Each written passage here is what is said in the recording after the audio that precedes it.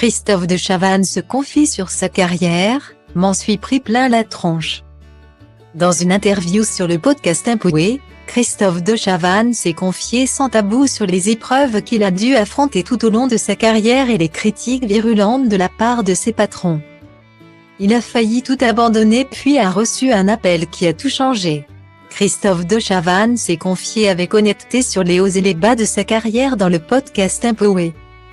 Animé par Louise Aubry, une émission qui avait déjà accueilli les confidences de Louane Emra sur les critiques qu'elle reçoit, notamment liées à son corps dès l'adolescence.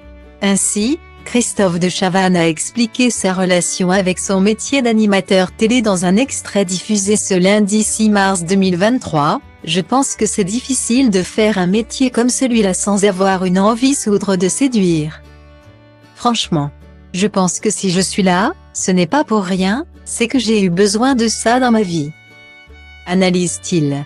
En effet, comme il l'explique, un métier public peut être parfois très violent. Et moi, je fais partie des mecs qui s'en sont pris le plus dans la tronche. Assure-t-il. Face à l'étonnement de l'intervieweuse, il explique, « Lorsque je vois mes camarades qui ont une carrière assez flat, en français plate. Note de la rédaction, moi c'était des succès, des échecs, des succès, des échecs. Guillemets. Il prend pour preuve la pile de magazines qu'il a sortis d'un tiroir en déménageant il y a 2 ans.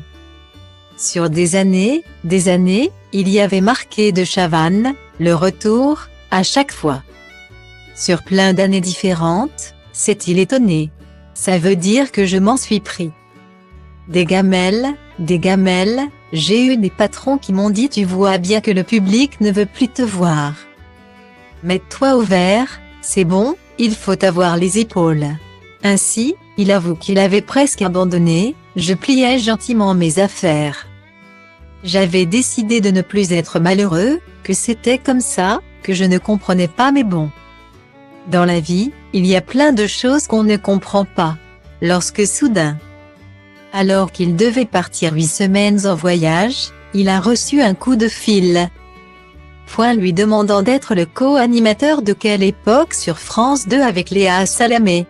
Une très bonne surprise pour lui, qui voulait justement s'orienter vers ce genre de contenu. « Si on m'avait appelé pour un jeu, je ne l'aurais pas fait, » assure-t-il.